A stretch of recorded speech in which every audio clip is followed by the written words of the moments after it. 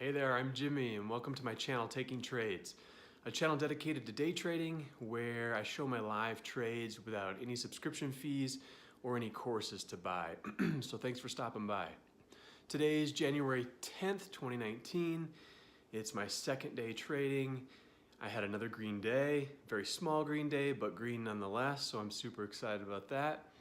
I traded only one name today. I traded AMD and I traded it 4 times. And I had 2 winners and 2 losers, and I discovered something new today, which was pretty exciting, was that if I bought off of a support level when it was actually touching the support level, not after it had touched and started to move to the long side. A problem I seem to be having is when a stock pulls back into a support level and then moves higher, I seem to catch it after the bounce and it moves higher and I'm a little late. And then when I jump in, if it comes back on me a little bit and I'm down, that psychology piece starts to take over and then I'm wanting to jump out and stop out quickly. So today I just tried jumping in when the pullback touched the actual support level, and I discovered that worked so much better for me. So my 2 winners were of that variety. They were the 2 later trades in the day, and it just sort of reinforced that how important it is to buy right off the support levels, and equally as important, I think, being able to sell right and short right into an overhead resistance level. So I want to go ahead and jump into these trades and show them to you and kind of break down what was going on, talk through the logic, show you the 2 losers where I sort of bought at the wrong points. And it's weird to go back and look at them because it even seems like my logic was a little off. But then on the 2 winners, they were really solid trades. I'm super excited about them, and I bought right off the support levels. So it all worked out really great. So I want to thank you guys for stopping by. I'll encourage you to subscribe. I'm still looking for my first subscriber and my first like on a video, and for that matter, even my first comment. So feel free to do or leave any of those items. I appreciate you stopping by, and let's jump into the trades. Jump into these trades. So the first one I took was on AMD, and it was right after the 8 o'clock hour here Mountain Time. And you can see what I was looking at was this push down and this bounce off of the previous trading day's low, and it pulled back on the 5-minute chart, and what I was looking for was just a nice rollover to continue going south. And as I play this, you can kind of see that it pushes up into the VWAP, and my plan was to go ahead and take the trade as it got closer to the VWAP, but it kept pulling back down. The tall wicks sort of gave me an indication that it had some selling pressure, so I felt pretty good about taking this trade, and I went ahead and went in with 500 shares and just looking forward to roll over and go south a bit. So as it pulls back up,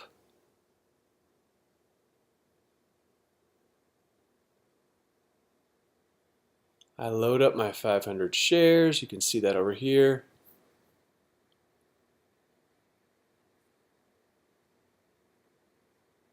And then I go ahead and put out that order, and I got filled at $19.23.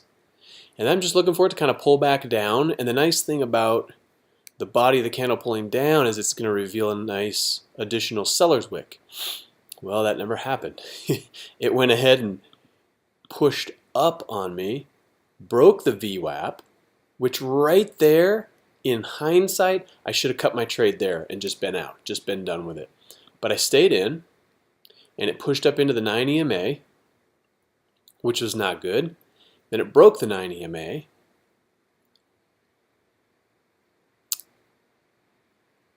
And then another thing that's concerning is over here on the 1 minute, we got a candle that just opened above the VWAP. So both charts are sort of playing against me right now, and for some reason I'm still holding, and I really shouldn't have been. So as this thing pushes up, I'm starting to realize I just need to get out of this and cut the trade, which I should have done, like I said, right down here when it broke the VWAP.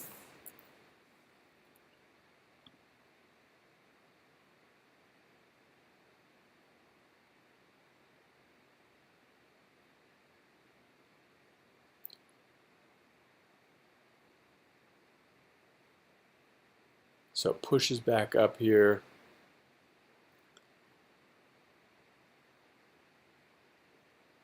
Yeah, it just kept, and it looked like it was starting to scoop off the 9 EMA like it was going to go higher. We got the 1 minute chart is looking bullish, so it's just all in all not looking good.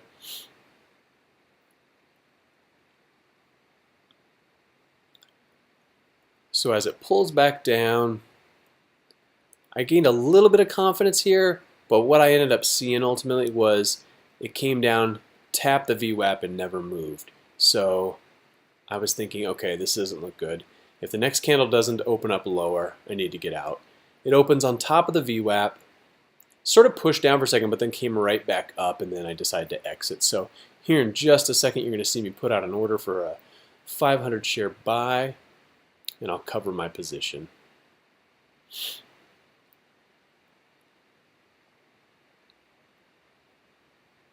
I was just convinced that we were going to get this to roll over. It just didn't happen.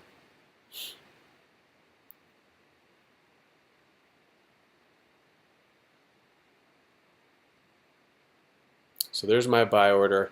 I get out for a $44 loss, so not a huge deal. And I told myself, listen, I jumped out. If it decides to set up and look good again and go south, I can always jump back in. So I waited for a bit.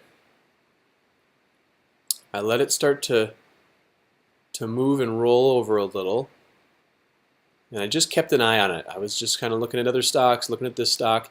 And you can see this candle ended up rolling over. This one's opening lower, and now we're actually below the VWAP, which is that multicolored line. So now I'm thinking, great, maybe I'll jump back in. So I had a 500 share order, and I decided with that push down there, I thought, okay, looks like it's got some heavy selling pressure. I'm going to go ahead and jump in again at 500 shares. Still light position. So I went ahead and jumped in there. And then it proceeds to push down. And you can see my P&L is, I ended up, I think, up to $40, $45.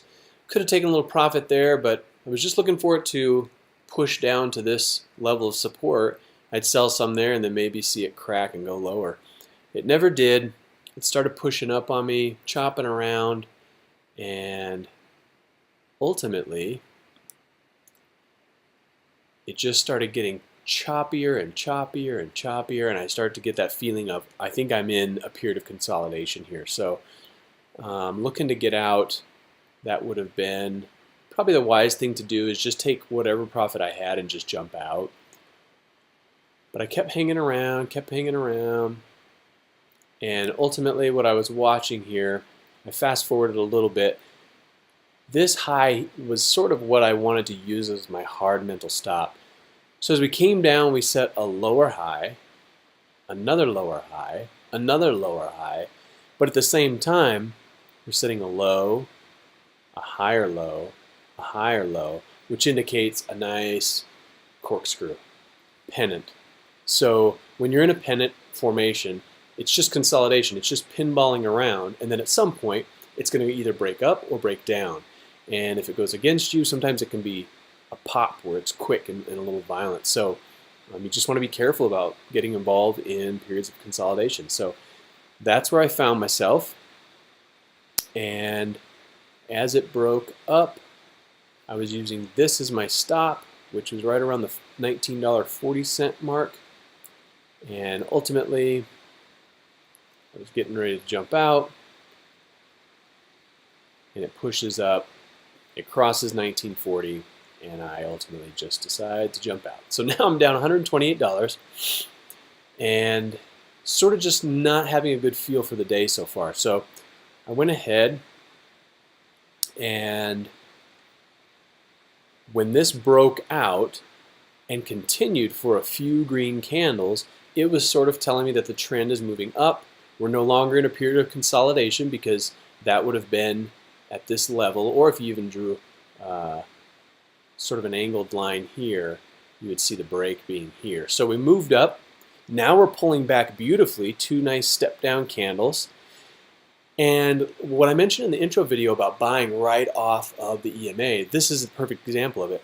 I'm going to go ahead, you're going to see this candle is going to push down. It's going to tap the 9 EMA, and I'm going to purchase right there to go north.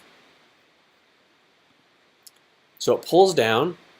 I jump in with 1,000 shares right off the 9 and felt really good about that. And then it went ahead and pushed down, chopped a little bit, kind of made me wait for it. We'll open up the next candle, and then it starts to push up, and I start to feel a little bit of breathing room now that I'm a little bit away from my entry at 1942. It does pull back on me a little bit, but ultimately we get a push higher.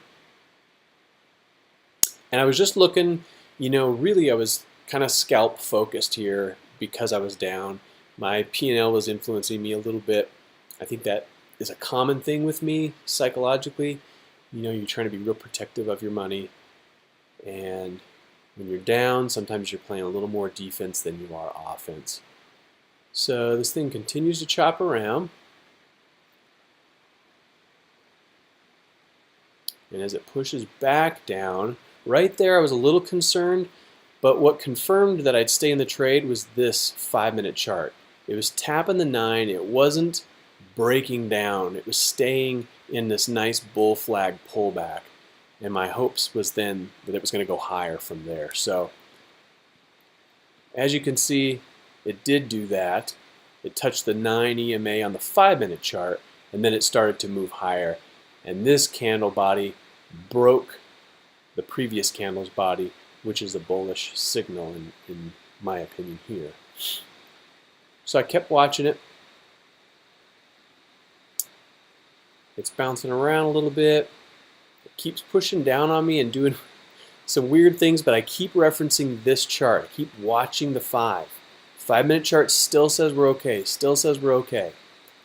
So this further pullback, I could stomach it. I was okay with it as long as the 5-minute chart looked okay. Then we start pushing back up, and I was just wanting this 5-minute candle to close so we could open the next one and go higher. And as soon as that happened, right here, now we're on top of the 9 here, and we're moving north. So gets to 1945 again. We've got $40 profit. Just watching it slowly push up. Volume's pretty good, 136,000 right now on the 1-minute chart. And I'm just, like I said, looking for that 10-cent profit. I'll take whatever I can get and try to recoup some of my losses on the day. 5-minute chart's still looking good. 1-minute chart's pushing up, so I'm feeling good right now. And then we'll get a little break of that high point right here, and then that's where I decide to put my order out to exit.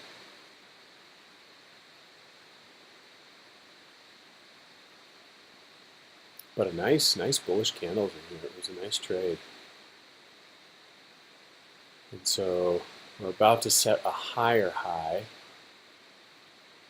And in hindsight, I could have sold half my position once it pops and goes higher and then held, which would have worked out pretty well, but at the time I was wanting to recoup some losses and was just not feeling super confident on the choppiness with AMD.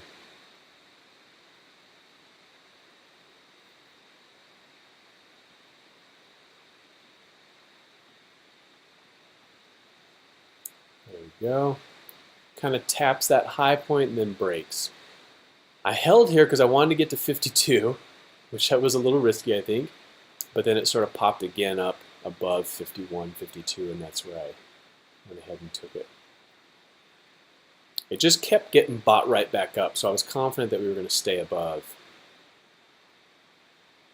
And then as we push up to 53, I put out my order, and I'm out at $19.52, just a little over 10 cents on that one. So that worked really great, buying right off the 9 EMA. Even though we pulled back further, buying right off that support level gave me a little more leeway down to the downside without having to stop myself out. So now I'm moving on to my final trade of the day on AMD. It continued to push up, and now we're pushing up through some of these resistance levels. So it was starting to get really exciting because as it breaks resistance levels, it can pull back, and like in that last trade, it can touch those support levels and they could be great buying opportunities. So again, when I play this here, you'll see it come down and tap that $19.68. So I went in with 1,000 shares long there. And I knew that worst case scenario, I would watch the 9. If it came down to the 9, I would allow that, but if it broke the 9, I was going to have a hard mental stop to jump out. But luckily, it went ahead and pushed up, gave me one little pop, and I went ahead and took the profit immediately.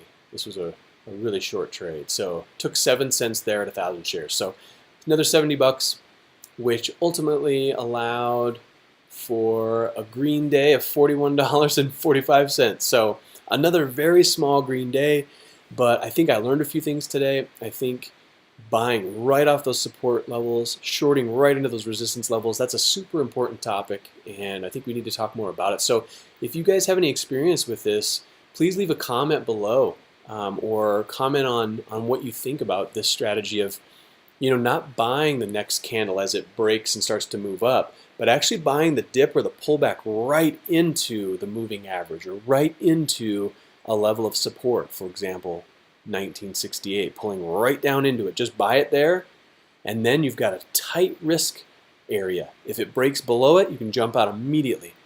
If you can hold yourself to that, that's the tough thing to do. So I want to thank you guys for stopping in. Thank you for watching this video. I encourage you to subscribe and hit that like button, and I will be back at it tomorrow, and we'll break down more trades. Thank you so much.